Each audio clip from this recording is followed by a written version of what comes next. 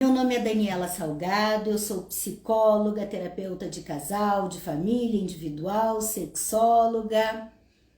E hoje, bem-vindos a mais um programa, mais uma live do programa Atitude na Separação.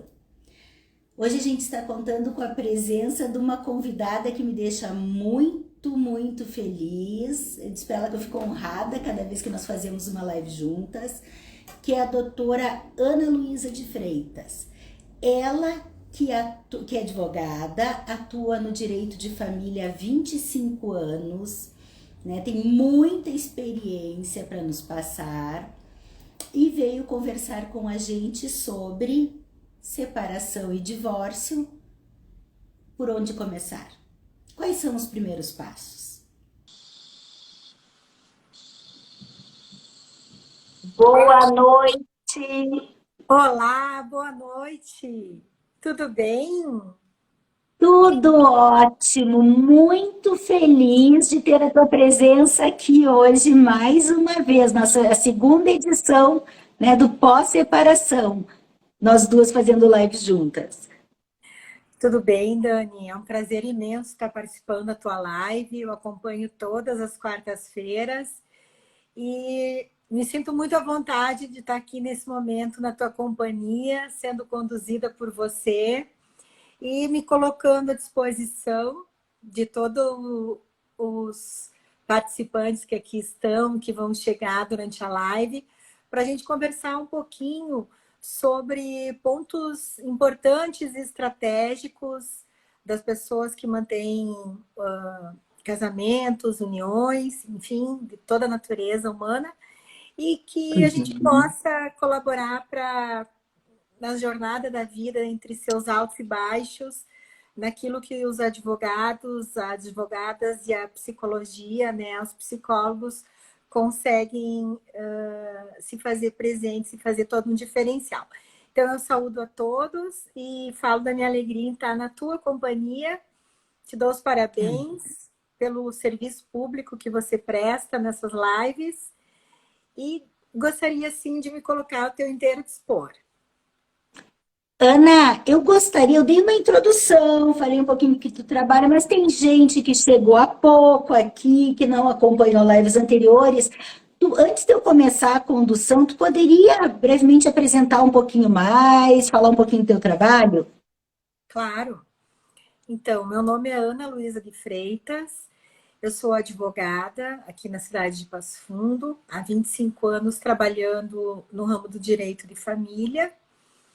E já fui professora também de curso superior, faço parte da comissão da OAB de Direito de Família aqui da cidade, do Instituto Brasileiro de Direito de Família em todo o Brasil, e direcionei a minha carreira para o ramo do direito de família, que compreende mais ou menos divórcios, separações, inventários, ações de guarda de filho, planejamento sucessório, tudo aquilo que diz respeito às relações afetivas e que tem relações afetivas que tenham impacto jurídico, seja de qualquer natureza, uma vez que o direito de família ele muda muito, ele voa, é uma área que tem uma evolução quase tão rápida quanto da sociedade.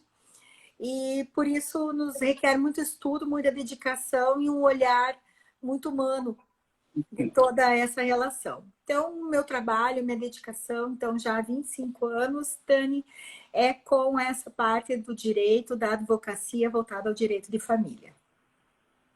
Tu sabe que tu falou uma coisa bem importante agora, porque quando falam direito de família, todo mundo pensa direto em separação, né? A gente não pensa nessas questões sucessórias. E eu lembrei de uma outra coisa que tu já havia me falado, que não é só no separar, é no unir também. Contratos pré-nupciais, uma vez tu comentou sobre contrato até de relação de namoro ou união estável. Então, eu achei bem importante lembrar disso também, que o leque é muito mais amplo. E até eu brinco com essa situação, porque como eu tomei como esse propósito. Eu gosto de trabalhar em várias áreas dos relacionamentos, mas eu sei a fragilidade do pós-separação, do peri-separação, na hora que acontece. Então, e muito pouco a gente fala sobre isso. Então, eu tomei para mim esse propósito de ajudar, de pegar pela mão, de poder pelo menos orientar um pouquinho. E eu brinco que as pessoas acham, né? A Daniela, eu ouvi até já comentar, a Daniela é separatista, prega separação. E Arthur também a gente pensa separação, né? Quando, na verdade, pelo contrário, muitas vezes tem muita conciliação, tanto no teu trabalho quanto no meu. Isso Diga. mesmo. Isso você tem toda a razão, porque essa faceta da separação pode ser um dos aspectos de uma família, mas o que tem muito mais envolvido é aquilo que a gente está trabalhando hoje aqui nessa live, que vai trabalhar aqui, que é a informação, né? Porque o que é família? Eu ouvi há pouco antes uma artista falando numa outra live, antes de entrar aqui na tua, que família é quem cuida um do outro, quem cuida da gente. Então, hoje nós temos um conceito jurídico imenso sobre o que é família. Todo mundo nasceu em alguma família, todo mundo veio de alguma família. E isso tudo, o afeto, as relações familiares, afetivas, patrimoniais, filiais, todo o universo de afetos e de relações que uma família pode ter, hoje eles são protegidos pelo direito de família muito mais do que eram uma vez, né? Então... Travou, Ana. proteção Tinha travado. jurídica. Então, pode repetir. Então, todos esses aspectos da família, eles têm proteção jurídica. Assim como eles têm o viés da psicologia, tem o viés da advocacia. Então, é evidente que a gente não trabalha com só a parte da ruptura da família, mas sim todos os cuidados, assim como você, que envolvem a manutenção, a criação, a mudança da família. Tudo aquilo que diz respeito à proteção legal nos interessa, porque é o ramo do nosso trabalho. E tu sabe que isso também é interessante, porque quando eu fiz minha formação, desde as primeiras, né? Eu também estou há 25 anos atuando e também na área dos... Não é nem da família, só dos relacionamentos em geral. Mas eu aprendi há 25 anos atrás, que tu vê que historicamente não é muito, para a nossa carreira é bastante, mas historicamente não. E eu aprendi que família era quando um casal tinha um filho, né, se constituía família, que até então era só casal, mesmo morando juntos. Hoje, passados 25 anos, eu até tive esse semestre também dando aula sobre psicologia sistêmica numa faculdade aqui, e eu ensinava diferente para os meus alunos, porque eu dizia, Daniela, hoje, além das mudanças sociais, mas eu considero, a minha visão de família é pessoas, sim, que se amam, que se cuidam, que escolhem estar juntas, independente, porque quando tu te destaca da família de origem que tu veio, estás com alguém, tu constitui a nova família. Tem casais que nunca vão querer ter filhos, mas aquele é o núcleo familiar deles, independente de gênero, pode ser casal homoafetivo, heteroafetivo, não interessa. Eu vejo muito família pelo laço de amor, de afeto, de cuidado, de parceria e de escolha de estar junto. Exato. Né? Isso mesmo. E aí? E até não casais, né? Que nós temos as famílias monoparentais, que é a família da mãe com os filhos, a família do pai com os filhos, famílias que são formadas por 2 irmãos e os sobrinhos, por avós, netos, noras, né? Então, toda aquela formação de vínculos afetivos, de mútua ajuda, de cuidado um do outro, são as inúmeras formas de família. E hoje o direito contempla todas elas e protege todas elas em todos esses aspectos que nós estamos conversando aqui. Muito bem. Mas aí, já feita a contextualização sobre família, vamos começar aos pouquinhos a entrar no que nos traz hoje especificamente, né? Que são os primeiros passos, nos casos, sim, de separação ou de divórcio, que a gente vai tentar informar um pouquinho mais. E aí, uma das coisas que eu sempre falo para as pessoas se atentarem, né? Que tem gente que chega e diz: ele me largou do nada, ou ela me largou do nada, ou acabou de repente. E isso é um dado de estudo. Uma relação, independente de qual seja, não acaba de repente. Essa relação, com certeza, já vinha com uma crise subjacente há muito tempo, não é de uma hora para outra. E, às vezes, o tal do de repente pode ser um indício, inclusive, de que esse casal não estava se olhando. Eu tanto não estava dentro inteira da relação que eu não percebi os sinais do tamanho da nossa crise. O não estar conectado, a gente nunca brigou, mas talvez também nunca se olhou, já é indício de que alguma coisa não vai bem. Às vezes também tem crises declaradas, tem crises tão consecutivas que é outro sinal que a pessoa está tão acostumada a viver nessa confusão, nesse rolo relacional, que acha que vai ser assim para sempre, que nenhum dos dois vai tomar iniciativa. Mas um costuma ser o porta-voz de uma crise que é da relação, não é de um. Claro, também tem outro dado, só para a gente ampliando, que algumas vezes as coisas vêm mornas, vão indo, e pode acontecer um evento precipitador do rompimento. Por exemplo, é um dos casos, pode não ser só esse, mas uma traição. O fulano ou a fulana me traiu, né? Mas essa traição muitas vezes também só acabou dali, mas com certeza a gente vê que, com exceção de pessoas que eu falo sempre que tem dificuldade de vínculo e de comprometimento, tem várias situações em que a traição é um reflexo da crise que já vinha havendo. Não defendendo, essa é uma responsabilidade de quem praticou o ato da traição, mas eu quero dizer que não é de uma hora para outra, a crise precipitou o que já aconteceria, né?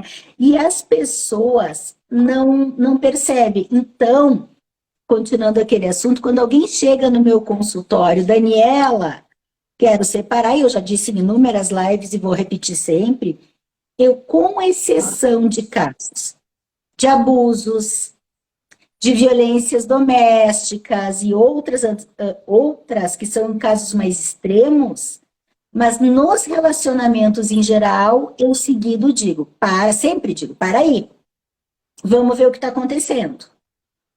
Não vamos sair correndo, chegou aqui, vamos separar. Tem muita gente que chega aqui para separar e se dá conta da outra pergunta que eu sempre faço. E os teus 50%? O que tu estás fazendo em prol da relação ou em prol da crise conjugal? Porque às vezes a gente está também botando lenha nessa fogueira da crise e não se dá conta. Então, às vezes, com a terapia, a pessoa até opta por ficar no casamento, consegue resgatar, não é opta por ficar. Resgata, porque quando um muda, o outro pode mudar, né? Ou a pessoa, depois de um tempo, diz, bom, realmente, a gente já viu, já tentou, já trabalhou, já tentou de tudo, mas esse casamento já estava emocionalmente acabado.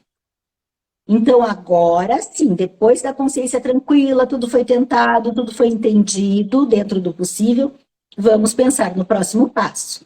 Como separar?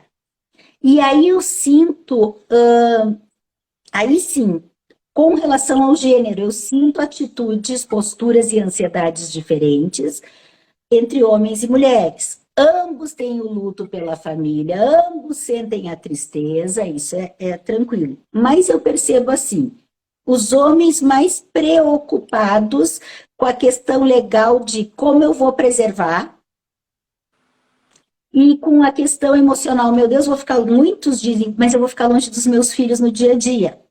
Dos homens são as duas, se eu tivesse que escolher duas, depois tem tantas outras.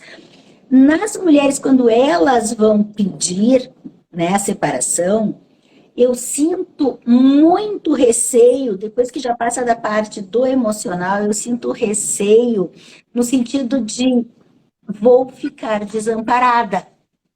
Vou dar conta e vou dar conta financeiramente, eu vou ter que arcar com tudo sozinha, eu vou ter que, meu Deus, eu vou ter onde morar com os meus filhos, eu vou conseguir sustentar, eu tenho direito a alguma coisa. Eu sinto essa insegurança e esse desamparo muito forte.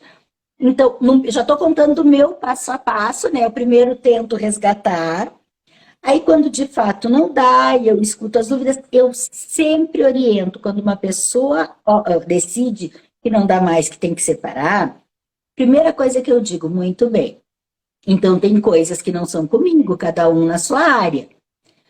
Tu vais, então, escolher um advogado, uma advogada da tua confiança, e tu vais fazer uma consulta com esta pessoa, com esse profissional, para te orientar, até para diminuir a ansiedade, porque eu sei que aí vocês vão mostrar realmente o que essa pessoa terá para contar na próxima etapa da vida. E claro, eu sei que tu é uma pessoa que dá uma acolhida imensa para as pessoas nessa situação. Então, Ana, cheguei na tua parte, daí eu oriento, bom, agora procura o profissional do direito. E tu? Queria ouvir assim, queria te escutar como é quando chega, quais são os teus passo a passo, pelo menos nesse primeiro momento. Que bom, que ótimo, então, ouvir essa tua preocupação.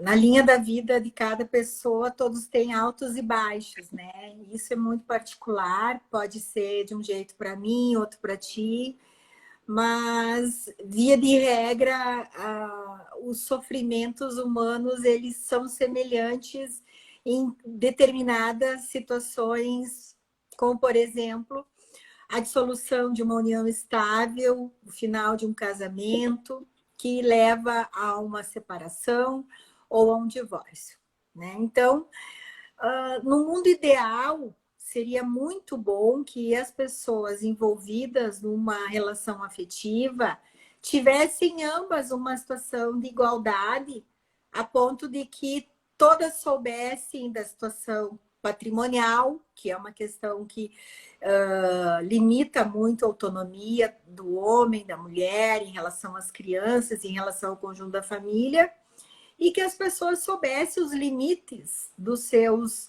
direitos e quais os seus deveres. Esse seria um mundo ideal, né?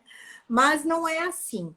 Então, essa fase delicada, onde a pessoa tem uma percepção que pode um dia vir a romper o vínculo afetivo, casamento, união estável, né? Qualquer relação que tenha assim uma continuidade e seja amparada pelo direito, a pessoa imediatamente, se ela ainda não tem a posse integral, mental, se ela não conhece totalmente qual é a sua situação patrimonial, ela tem que procurar saber. Então, se é um casal que é dono de empresa, quem não está na posse, na direção dos bens, deve procurar saber. Se é um casal onde um gere determinado patrimônio e outro gere outro, o casal deve se comunicar. Se acontece, como ainda acontece, do homem, um casal onde é um homem e uma mulher, o homem que faz a manutenção da parte patrimonial e a mulher não, que ela pergunte, que ela procure saber. Procurem saber, porque o que existe, e eu percebo muito aqui no escritório, existe muita fantasia e muito falso temor que é incutido muitas vezes na pessoa em que quer romper o matrimônio ou a dissolução, como meio de pressão daquele que não deseja terminar. Ou traduzindo, a pessoa que pede a separação, o divórcio, a dissolução de união estável, muitas vezes é pressionada pela questão patrimonial, pela questão financeira. Posso só exemplificar, Claro. porque A frase que eu já escutei muitas mulheres dizendo aqui no consultório: como é que eu vou me separar? Ele diz: vou te deixar sem nada. Só exemplificando, vai lá, traduzindo, Fiquem continua. tranquilas, fiquem tranquilos todos vocês, porque a lei ela é muito ampla e ela não está aí para amparar nenhuma injustiça. Então, aquelas pessoas que estão juntas pelo regime da comunhão universal de bens, elas vão ter tudo para dividir meio a meio.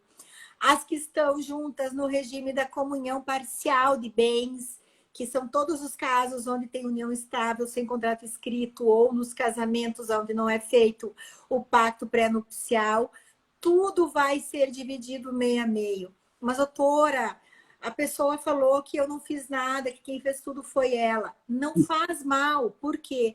Porque nós temos uma lei que diz que não quer dizer quem tem empenhado os esforços. Tudo aquilo que foi construído de ambos.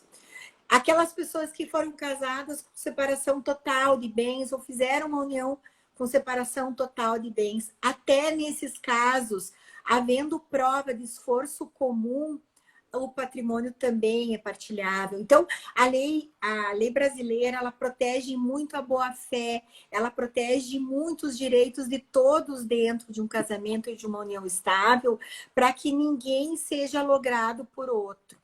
Outra questão que dizem é ameaça aos filhos. Não existem como os filhos ficarem desamparados, porque os pais, até que os filhos tenham autonomia nos estudos ou no trabalho e na proporção das possibilidades dele, devem, por lei, promover o sustento e vida digna desses filhos de acordo com o padrão com os quais eles têm possibilidade.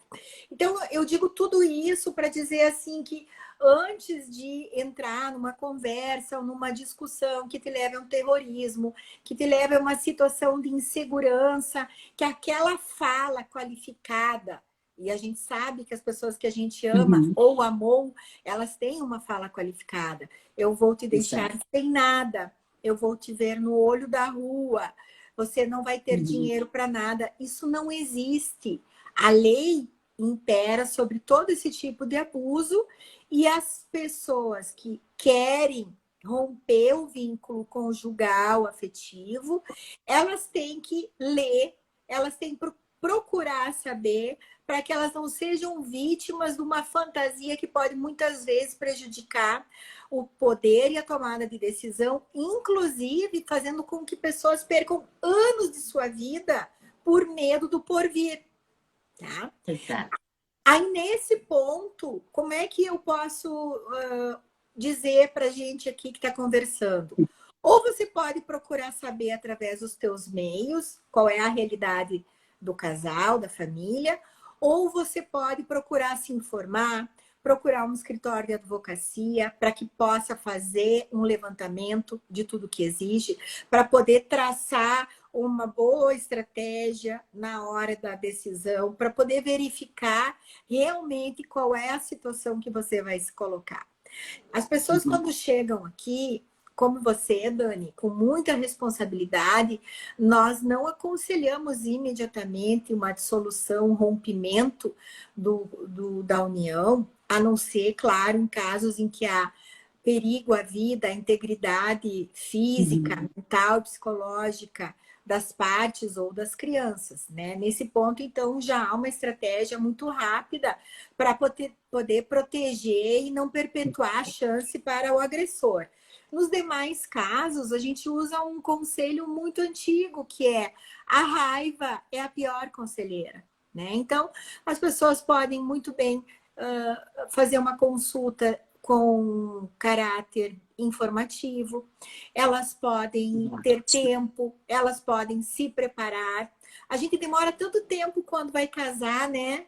Quando a gente vai juntar as escovas de dente, pelo menos da nossa geração, uns noivam, né? Uns noivaram, namoraram anos, né? E aí compra isso, compra aquilo. São tantas decisões para se unir, não é diferente quando há um rompimento para que cada um tenha um caminho diferente a seguir. né? Então, a raiva é a pior conselheira. Façam as consultas com o escritório de advocacia, providenciem documentos para conhecer a sua realidade. E aqui também, Dani, e aí que é o outro lado da moeda, havendo sofrimento emocional, isso passa de mim, como você disse. Então, nós orientamos que procure uma terapia, uma clínica, uma psicóloga, ou um psiquiatra, se a pessoa preferir, enfim. Procure ajuda para que questões emocionais não turbem a visão e consigam deixar essa pessoa confortável nos caminhos que ela vai escolher. A gente sabe que muitas vezes tem crianças envolvidas, idosos, uma família nunca é o núcleo, né? Uma família sempre é a família extensa, e todo esse cuidado no rompimento, ele vai prevenir danos que todas essas pessoas possam vir a ter. A gente fala assim que a família, quando ela, talvez eu e você tenhamos uma visão um pouco diferente, mas quando há um divórcio, uma dissolução, os agentes parentais, eles têm uma ligação, né? Alguns... O vínculo, do meu ponto de vista, o vínculo fica parental. É o Sim, vínculo o vínculo parental, o vínculo conjugal, amizade, isso não, a gente não fica amigo, a gente fica pais, né? Faz alguns relacionamentos em prol dos filhos, isso sim, na minha visão, como é esses filhos vão ser filhos, os pais não se para divorciam dos sempre. filhos. Vão ser filhos para sempre, eles vão se formar, eles vão ter as uniões deles, vão ter as conquistas e as perdas deles, e os pais vão estar ali acompanhando, né? Os pais fazem parte da vida mesmo após a vida adulta. Então, você não vai limpar a tua vida passada, passar uma borracha como se nada tivesse acontecido. Você vai ter que fazer uma transição jurídica, emocional, psicológica, de endereço. São várias passagens, são várias pontes que vão ser construídas e atravessadas. E por tudo isso, nós temos sempre uma maneira melhor a fazer.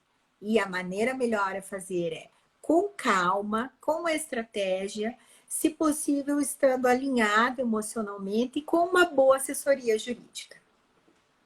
Ana, querida, eu vou resgatar algumas coisas que tu falou, aí eu não quis te interromper, mas eu quero pegar alguns pontos só para reforçar.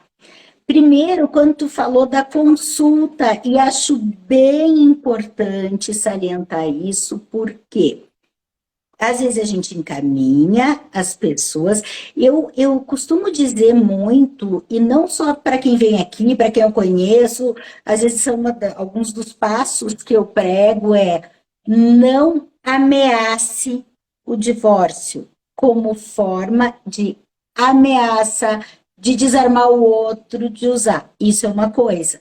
Naquele sentido, assim, qualquer coisa, briguei, vou me separar de ti, e fica uma recorrente ameaça que jamais será feita, que é simplesmente uma forma de manipulação. Isso vale independente de gênero. Então, esta é uma situação.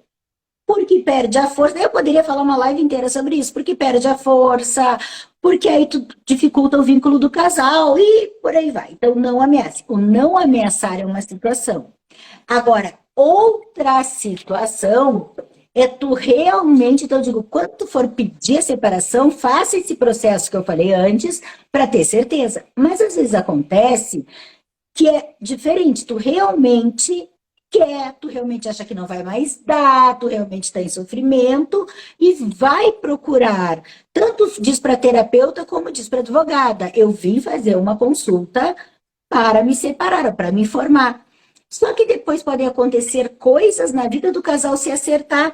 E eu ouço de algumas pessoas, que vergonha eu voltei depois de tudo que eu te disse, que vergonha que eu tenho da advogada e do advogado depois de ter ido consultar. E aí que eu costumo reforçar isso, gente. A gente fica bem feliz se vocês estão bem, se ficaram felizes, se acertaram. Ninguém quer a dissolução de uma família. A gente está aqui para amparar caso isso aconteça. Claro. Né? Claro, Então, assim é a consulta, né? Faz uma consulta, tu não é obrigada, tu tá te informando, que foi o que tu falou antes. Quer isso. complementar? Claro, Dani, tu tá certa. Em primeiro lugar, nós, a advocacia, ela não vai fazer juízo de valores, né? Não cabe a nós isso. Nós estamos prestando um serviço que é o esclarecimento, é a tirada de dúvidas, é o apoio na tomada de decisão. Nós temos um papel de conselheiros e fomentadores de ações que a pessoa não consegue fazer sozinha. Olha, eu preciso saber o que eu tenho, mas eu não sei por onde começar, então eu gostaria de saber, né? Porque eu não tenho mais dentro de casa onde procurar essas informações. Nós fazemos esse trabalho, né? Mas muitas vezes acontece das pessoas virem ao nosso encontro e através de um aconselhamento e através de um esclarecimento, as partes poderem ressignificar e dar um rumo de permanecer naquele relacionamento. Muitas vezes falta um apoio e uma ponte entre esse casal de questões jurídicas, que esclarecido conseguem achar outras alternativas, mudar comportamentos e mudar a forma de gestão da vida do casal, graças à informação, né? E a gente tem que lembrar outra coisa, nós somos obrigados aqui pelo dever de sigilo. Nós temos um sigilo absoluto, assim como outras classes, né? Os psicólogos também. Então, ninguém nos deve nada, ninguém nos deve satisfação. Nós estamos aqui para acolher, para ouvir, para ajudar a pensar, para tirar dúvidas, né? E para realmente poder fazer uma gestão de danos, diminuir os problemas que a pessoa, porventura, já tenha ou que vá ter pela falta de orientação. Mas, em nenhuma hipótese, as pessoas nos devem satisfação ou nós queremos que elas deem continuidade. Isso faz parte do subjetivismo de cada um, né? Então, não precisam ter vergonha, imagina, nós estamos aqui para ajudar e não para julgar. Outra coisa que eu quero retomar. Ana, sim, tem algumas diferenças, muitas vezes, de visão, mas assim, deixa eu deixar claro. Quando eu prego o encerramento de ciclos, e é importantíssimo, eu vou até depois fazer uma pergunta que tem a ver com isso, né, e já vou depois dizer a minha visão, mas quando eu prego assim, depois que tu decidiu separar, sim, não é limpar tua vida no sentido de esquecer o que tu viveu. Aprende com o que tu viveu, mas não vive no passado. Claro. Porque senão tu não vai poder seguir a tua vida. Tu vai ter que romper o laço afetivo aos poucos, se tu realmente viu que não dá mais essa relação, e o emocional. Tu não pode ficar dependendo emocionalmente do anterior relacionamento, porque senão essa tua conexão não está até livre para que tu possa ter uma nova relação de forma inteira. Mas isso diz respeito à conjugalidade, à relação pessoa a pessoa adulta na história, tá? Agora, os filhos sempre serão filhos destes genitores. Logo, o vínculo parental sim continua e sim precisa até às vezes ser organizado. Por quê? Porque sempre vão ser pais daqueles filhos e vão, como tu disse, se encontrar. Às vezes em festa de aniversário, tem casais que não conseguem fazer junto, mas os que conseguem, que bom. Mas essa criança depois vai virar adulto, vai ter formatura de ensino fundamental, formatura de ensino médio, formatura de faculdade, talvez casamento, nascimento dos netos, todo mundo no saguão do hospital, né? Claro. E vão ser momentos que, por favor, o que eu quero dizer assim, que nesses momentos, os momentos são dos filhos, não são dos pais. E aí eles estão como pais, não como esse casal. É essa a diferença que eu faço, e para mim é muito clara, como pais a serviço de acolher esses filhos. E muitas vezes, eu não quero falar com a pessoa, não quero nem ver, ok, Mas tu precisa ter um canal de acesso porque não é só teu filho. Tu tem que deixar uma abertura para fazer combinados, organizar a vida, tomar decisões importantes na vida desses filhos.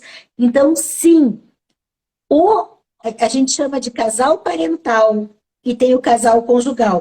Casal, como eu disse, independente do gênero. Então, assim, quando deixa de haver o casal conjugal, tá? Que é diferente, eu sei que tu já me viu falando várias vezes que a família morre. Sim, a família morre porque tu mesmo disse, são duas famílias uniparentais.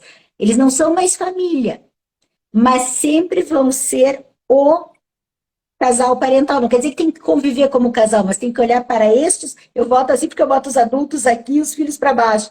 Então, eles vão ter que sempre ter esse olhar para esse filho. Os pais têm que entender que depois que tu, pais, pai, mãe, tu tem que entender que depois que tu tem filho, tu assumiu uma vidinha. E o importante passa a ser esta vidinha. Tu vai ter que preservar, tu vai ter que cuidar, tu vai ter que proteger, tu vai ter que sustentar, tu vai ter que priorizar o melhor possível para o desenvolvimento. E nisso, tendo os dois genitores vivos, né? Que bom para esses filhos poder contar com ambos os olhares e poder ter acordo entre os pais, mas não que eles tenham que ter o vínculo conjugal ou relações de amizade como homem, como mulher, como amiguinhos, eu digo. Não, mas eles têm que ter uma cordialidade paternal. Não sei se fica mais claro.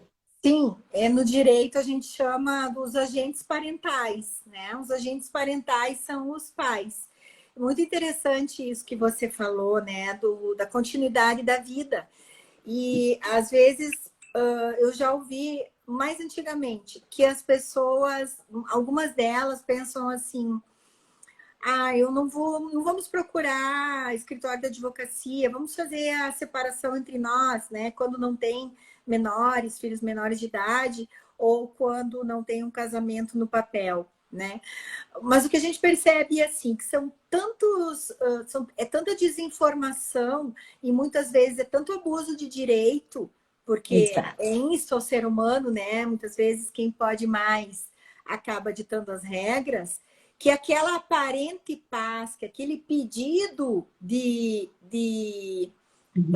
informalidade na dissolução, ele acaba gerando problemas, injustiças e maiores ferimentos, inclusive, do que aqueles que trazem durante o relacionamento. Quem me conhece sabe que eu sempre digo uma frase: quem quer a paz não pode temer a guerra. Né? Então, existem casos, muitas vezes, em que a gente tem que tomar medidas mais severas, mais rápidas, mais drásticas para a preservação dos direitos dos nossos clientes, das crianças, daqueles que estão sofrendo alguma injustiça, né? E Uhum. muitas vezes eu percebo, e isso eu fui aprender contigo, Daniela, nas tuas aulas, nas tuas lives sobre a separação emocional. Muitas Uhum. vezes o trabalho do escritório da advocacia fica prejudicado porque a pessoa ela não quer tomar atitude, não quer usar a lei a favor dos filhos ou a favor de si mesmo, porque tem uma falsa memória, porque tem um ciclo de violência no passado tão forte daquele cônjuge ou daquele companheiro barra companheira que não consegue se sobrepor àquele temor reverencial. Enfim, são tantas chagas que um relacionamento afetivo triste deixam de parte a parte, a gente sabe, né, que muitas Claro. vezes o nosso trabalho na advocacia fica prejudicado por N temores Uhum. e medos e falsas imagens que as pessoas ficam, né? Então, as pessoas, por um lado, precisam que a gente entregue o trabalho pelo qual a gente foi contratado, e por outro, muitas vezes a gente fica preso, que a gente explica e pede autorização antes de entrar com uma Claro. ação, pedindo alimentos, pedindo busca e apreensão, enfim, os vários instrumentos jurídicos que podem proteger os interesses da pessoa, e às vezes as pessoas não têm coragem, principalmente se elas saem do ciclo de violência. Então, essa questão é muito importante o divórcio emocional. O divórcio emocional, eu acho que ele é o divórcio 4.0. É onde as pessoas realmente querem a justiça para cada um, o respeito ao próximo, mas o respeito a si mesmo, né? Quem não ama o seu direito não é digno dele. Então, é muito importante que as pessoas olhem para os seus direitos, olhem para o do outro, mas que façam valer os seus direitos. Porque, além dos problemas trazidos pelo fim da dissolução, uma dissolução de união estável, um divórcio mal feito, não bem conduzido em todas as áreas, inclusive, principalmente as nossas, jurídica e emocional, psicológica, ela muitas vezes deixa maiores ou tantos traumas quanto aqueles da relação da qual a pessoa pretendeu se separar. Perfeito. E aí, Ana, tu estava falando... Bom, primeiro, depois eu quero retomar isso, só para assinalar, nem toda relação tem briga, viu? Na separação tem as consensuais que vocês né, fazem a intermediação, enfim, mas a gente está citando algumas situações. Mas sabe que eu estava ouvindo do divórcio emocional, que tanto por medo, por não querer enfrentar uma guerra, quanto, olha só, as armadilhas que a nossa cabeça nos prega. Essa questão que eu digo de ter que acabar com o vínculo emocional entre os parceiros, cada um tem que ter a sua vida, as suas situações, né? As suas vidas não tem que estar pedindo auxílio, a não ser os auxílios de direito, que é outra história, né? Eu brinco, tem gente que pede, vem trocar a lâmpada aqui de casa. Peraí, aprende a trocar lâmpada, ou liga para um profissional se tu não sabe, né? Mas te desconecta emocionalmente do ex, da família do ex, enfim. Por quê? Porque às vezes também é o contrário, não é por medo de violência. Às vezes, mas eu era tão queridinha, eu gosto de ser vista como uma boazinha pela ex-família, pelo ex-parceiro, e que tu acaba, para não perder este papel da eterna nora, do eterno genro, do eterno cunhado, do eterno papel importante na vida da outra pessoa. Pode ter N namorados, mas eu vou ser sempre a que fui a mulher dele, sempre puxa para mim o vínculo. Até por ser, eu acho que aí explica melhor minha visão do divórcio emocional, até para me fazer presente de alguma outra forma, mesmo não amando mais homem, mulher, enfim, amando a outra parte, mas eu preciso ter importância. Aí isso é não desconectar emocionalmente e também a pessoa não quer entrar em pedir o que lhe é de direito, pedir, olha, os nossos filhos precisam de mais coisa, eu preciso que tu complemente isso, né? Tem que regularizar, ou vamos dividir, passar régua, porque a minha visão leiga é, separou, o que era de direito os dois, passar régua, divide e deu. Pronto, seria para mim o lógico, né? Se não fosse esse apego das pessoas. Então, não é só pela agressão, aí é que está outro ponto que muita gente não se dá conta. Mas para manter o vínculo emocional, tu também acaba, não vou me indispor com ele porque eu sou queridinha, não quero brigar com ele.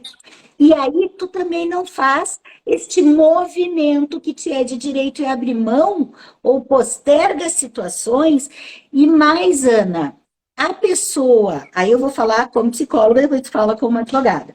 Mas eu já ouvi aqui no consultório, porque tem períodos que aparecem muitos jovens, muitos adolescentes aqui, adultos jovens. Agora eu estou falando tanto da separação que acaba vindo, né, pessoas nessa faixa etária mais próxima à minha. Mas, enfim, eu já ouvi de muitos jovens de 20, 21, 19 anos dizerem, primeiro, quando são crianças, mãe não briga com o pai, mãe não briga, né? O pai não pede para a mãe. Só que quando crescem, se ela é que tinha que me proteger, eu deixei de ter coisas na minha vida, eu deixei de fazer cursos melhores, eu deixei de ter vivências melhores, porque a mãe nunca quis confrontar. Eu estou falando do padrão que eu escutei aqui, porque a mãe nunca quis confrontar o pai e pedir a minha pensão.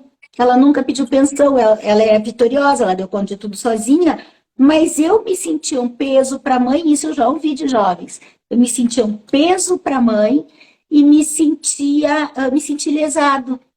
Então, isso também é importante de ver que os filhos nunca querem disputa, mas tu é responsável, pai, mãe, o genitor, vocês são responsáveis é por essas vidinhas, como eu falei antes. E tem que, às vezes, a gente se bota, né, na linha de frente, mas às vezes não é pela gente que a gente está lutando, os adultos, é por eles. Ótimo, muito bem.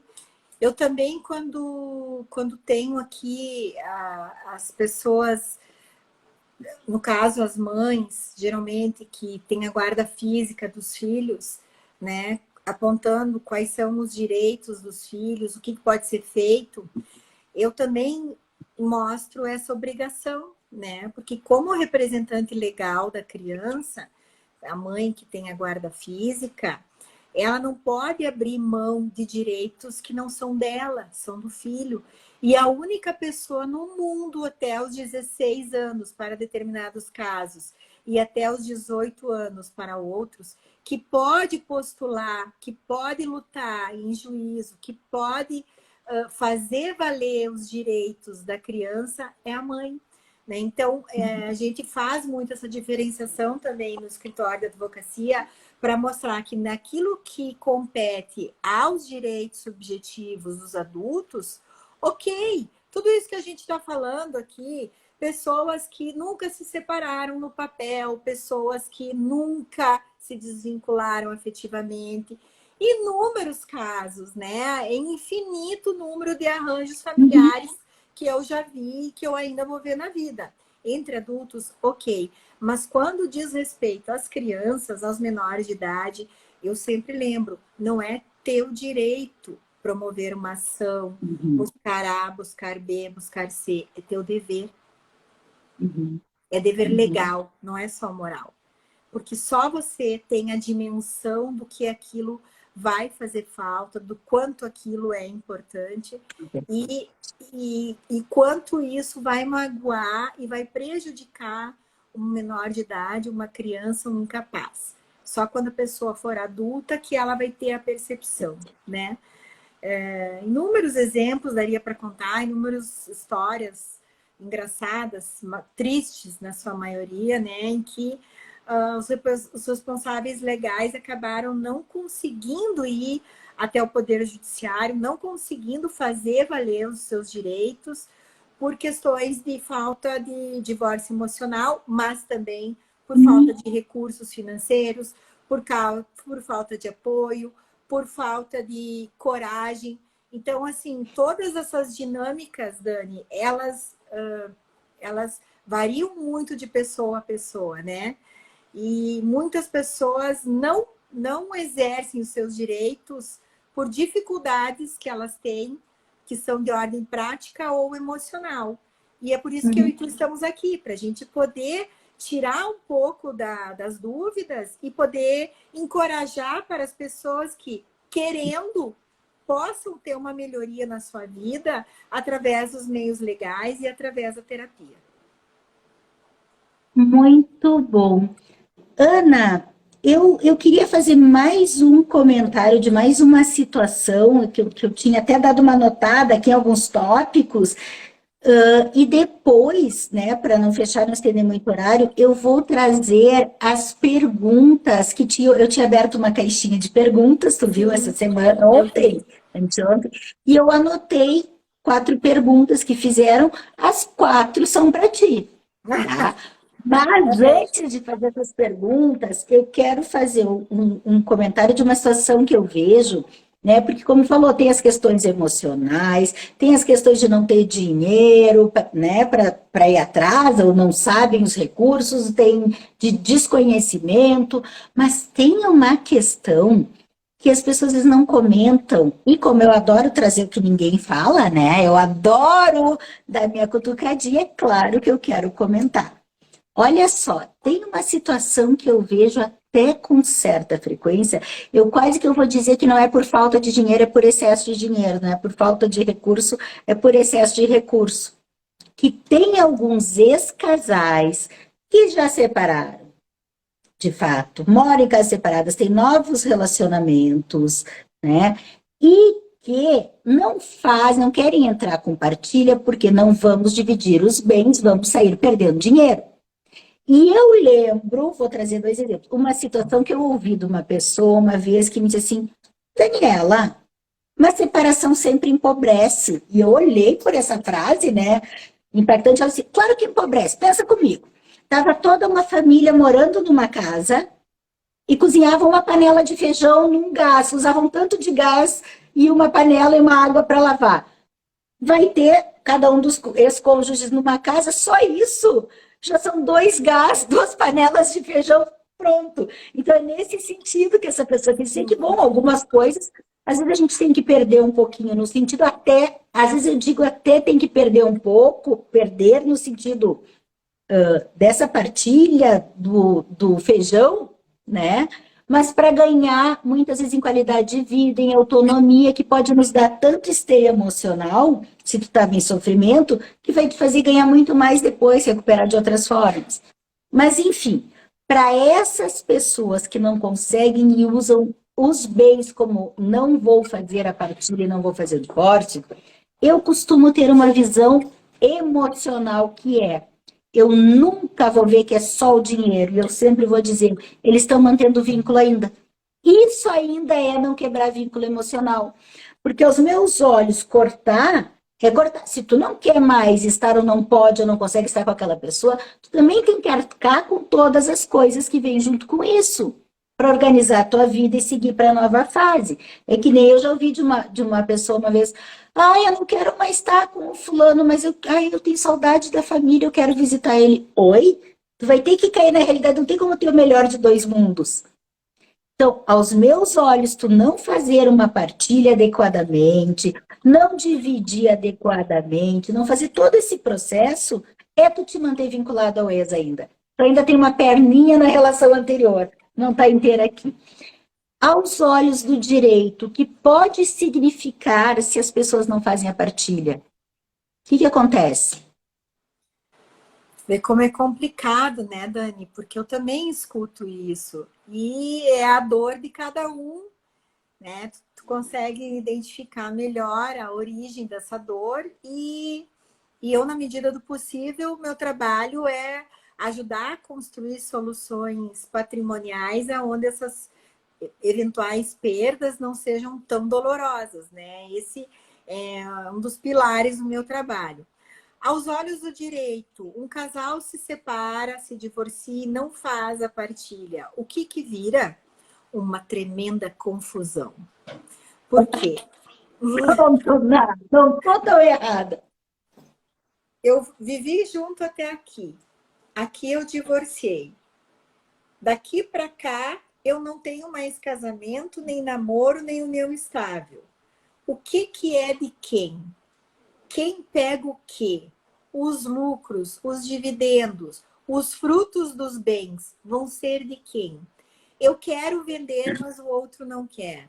Eu quero comprar, mas o outro não quer. Entram novos namorados, namoradas, companheiros, novos filhos. Alguém morre.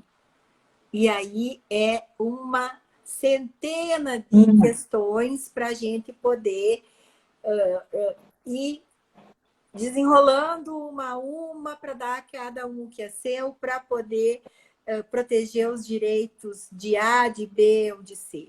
Vira uma confusão patrimonial imensa, mas muitas vezes isso acontece.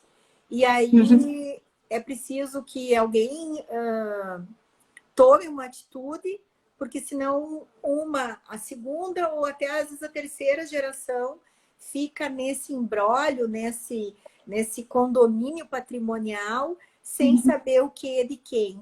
Daí um tinha que receber rendas, ficou 10, 20 anos sem receber.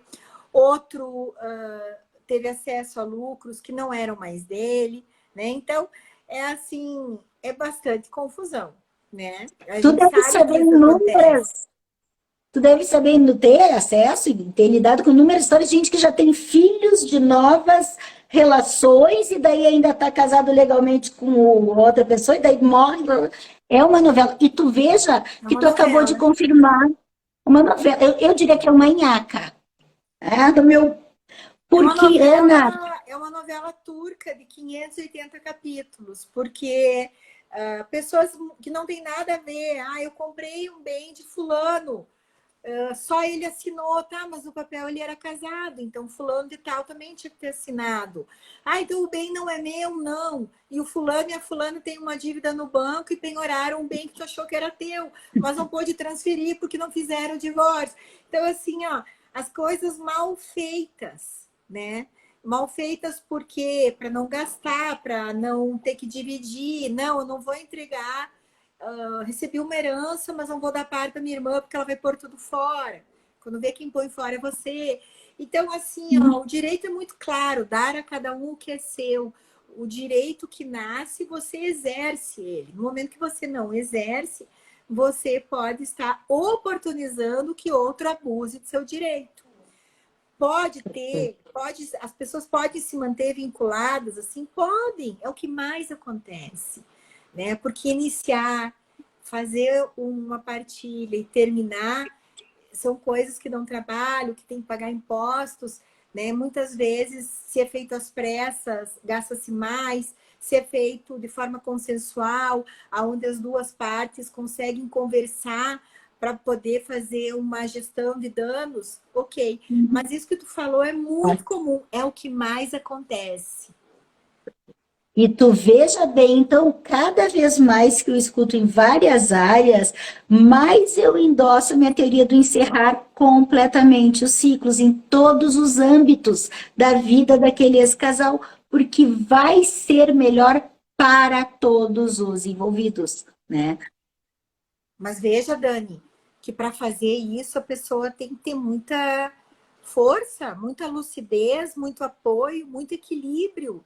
A pessoa tem que ter uma rede de proteção, né? E uma coisa que facilita é quando os cônjuges, quando a dupla, ela, apesar de tudo, ela consegue manter nas mãos de um terceiro o racional, de um mediador, de uma terapia de casal, de um escritório de advocacia, de seus advogados. Porque aí a carga emocional, ela não fica sobreposta com todas as questões práticas que esse tipo de situação envolve. Concordo, e que bom seria se todo casal que está passando por esse processo pudesse ter a lucidez de dizer, vamos conversar, vamos entrar no acordo, vamos achar essa mediação dos profissionais e vamos organizar para que fique todo mundo bem. Já é doído por si só o processo interno de separação de cada um, o processo de separação familiar. Imagina ainda, né, ficar com briga, dói muito, mas é desgastante, sim. Mas o que tu falou antes eu achei fantástico. Às vezes, para viver a paz, tem que viver a guerra. Gostei muito dessa frase. Às vezes tem que ser, porque a gente se omitir, as consequências acabam sendo maiores, né? Exato, isso mesmo, muito bem colocado. Ana, querida, vamos passar para as perguntas? Claro! Então, bom, primeira pergunta da caixinha, essa aqui, inclusive, nem deu tempo, comecei de baixo para cima, nem deu tempo de eu clicar e botar que estava anotado, mas foi anotado, pessoal. Nunca tive documento escrito. Vivi 20 anos, tenho patrimônio e filhos. Preciso fazer o procedimento legal de divórcio? Provavelmente é uma união estável, né? Então, se esse imóvel está no nome das pessoas que viveram juntos, elas têm que regularizar a partilha, saber para quem vai ficar esse imóvel, para que se um dia elas vierem a faltar, e isso vai acontecer, os seus filhos possam receber. Agora, se já compraram o imóvel no nome dos filhos e não querem receber nenhum direito sobre o imóvel, não precisa, né? Então, depende desse detalhamento para que eu possa responder melhor. Próximo. Quem ficar com os filhos pode exigir uma parte maior na partilha de bens? Pode, mas isso só vai acontecer se tiver um acordo e a outra parte concordar, porque a lei não prevê isso. Não prevê que quem fique com os filhos tenha direito a receber uma fração maior da partilha de bens. O que a pessoa pode exigir ao ficar com os filhos é a pensão alimentícia das crianças, dos filhos. que aí ela tem um caráter alimentar para que possa sustentá-las ao longo da vida até a sua independência. Uhum.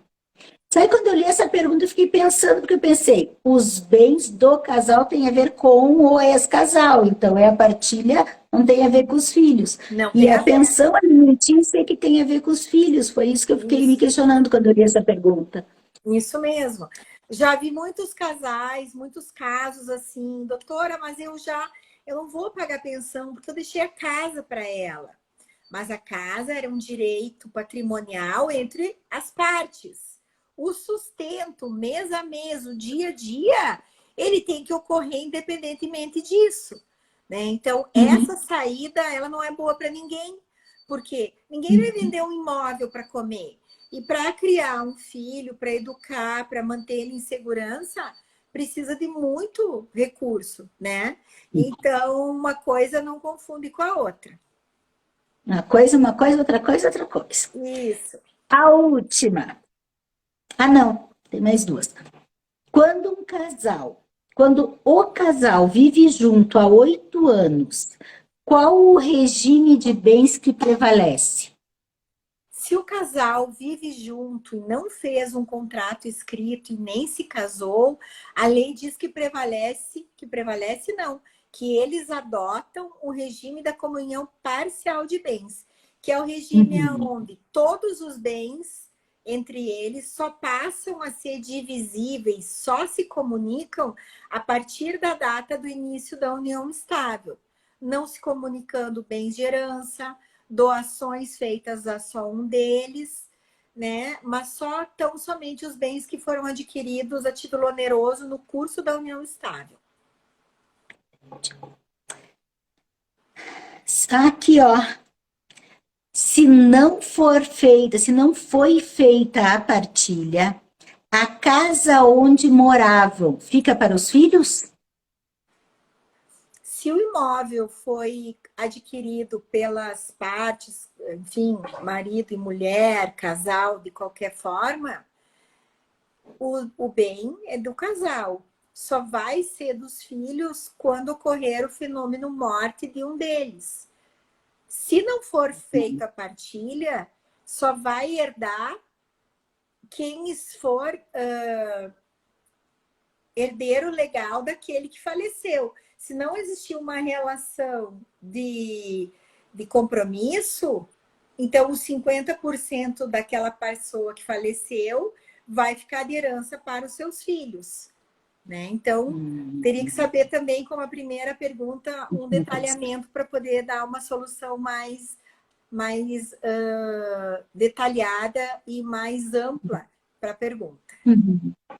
Mas acho que já ajudou, já deu algum caminho para essas pessoas poderem pensar, né? E pelo jeito que eu vi aqui, aquela pergunta, aquele comentário que eu fiz de pessoas que não fizeram partilha, que permanecem com algum tipo de vínculo. Sim. Né? Acho que está implícita essa resposta. Muito bem. Ana, querida, mais algum comentário? Temos uns minutinhos, se tu quiseres. Já fechou mais de 1 hora de live, mas falar contigo passa tão rápido que eu não percebo. Eu queria agradecer muito essa oportunidade, porque é muito difícil a gente poder divulgar questões assim relacionadas a direito de família, a divórcio, a partilha de bens, guarda de filhos, pela própria delicadeza do assunto, né? É um assunto assim muitas vezes doloroso, e acho esse espaço muito leve, muito democrático. Você qualifica muito esse tema. Eu me sinto muito tranquila. Quero agradecer inúmeros amigos e amigas que entraram na live. Fiquei muito feliz de ver o nome de vocês e dizer que é isso que importa na vida, né? Só se leva dessa vida a vida que se leva. E, por fim, gostaria de dizer que a advocacia hoje, no direito de família, ela tem muitos meios de auxiliar, e essa transdisciplinariedade que a advocacia tem com a psicologia, com outras áreas do direito, com os contadores.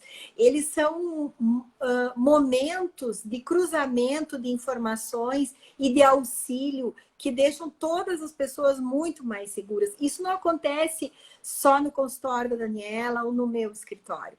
Isso é uma tendência para que o cliente, para que o paciente seja amplamente acolhido e ele possa ter um melhor direcionamento para a resolução dos seus problemas. Então, com tudo isso, eu quero dizer que as pessoas se encorajem. E quando elas quiserem mudar de vida, quando elas quiserem refazer relacionamentos, quando elas precisarem do auxílio da justiça, sempre vão ser recebidas. Ninguém vai ficar desamparado, nem as mulheres, nem os homens, nem os filhos, nem o seu patrimônio, nem os seus bens. Hoje nós temos um arcabouço de leis, nós temos uma justiça humanizada, onde todos podem garantir os seus direitos e podem ter uma vida melhor com o amparo do Poder Judiciário, dos agentes que trabalham com o Poder Judiciário, a advocacia e também a psicologia. Então, é essa palavra final que eu gostaria de deixar aqui na live, Dani.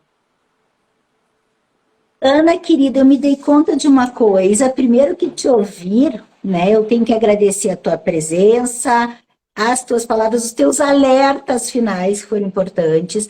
E eu só quero dar uma olhada e vou ser muito sincera de dizer que sabe quando as pessoas botam comentários e vai subindo e a gente vai vendo quem entra, se tem perguntas? No meu não subiu, eu não consegui ver, eu só quero espiar antes de eu fechar de vez. Olha, posso requerer os 80% na justiça? Eu tô vendo se tem alguma pergunta. Mas é que agora não vai mais dar tempo, união estável com... Eu só estava olhando se tinha mais alguma coisa aqui que a gente pudesse responder rapidamente, mas não, são perguntas mais extensas, não vai dar, fica para uma próxima. Ana, então, do fundo do meu coração, tu sabe o quanto eu admiro o teu trabalho, o quanto eu admiro a profissional que tu és, a acolhida que eu sei que tu tens para cada um dos teus clientes. E eu sei que te ouvir agora pode ter aberto possibilidades de muito mais qualidade de vida para muitas pessoas que nos escutaram hoje. Então, de coração, e tu sabe que eu gosto de ti como ser humano, como eu diria assim que eu te considero minha amiga já, porque tu já mora no meu coração, minha amada. super amiga, admiração e afeto. Isso entre nós sempre existiu, desde o primeiro momento. Desde o primeiro momento que a gente se conheceu, houve um reconhecimento aí, né? Isso aí. Então, assim, muito obrigada pela tua presença aqui mais uma vez e que outras tantas venham ainda, porque é sempre um prazer e um privilégio contar contigo e conversar contigo, minha querida. Então, tá bem. Obrigada. Grande beijo a todos, uma boa noite.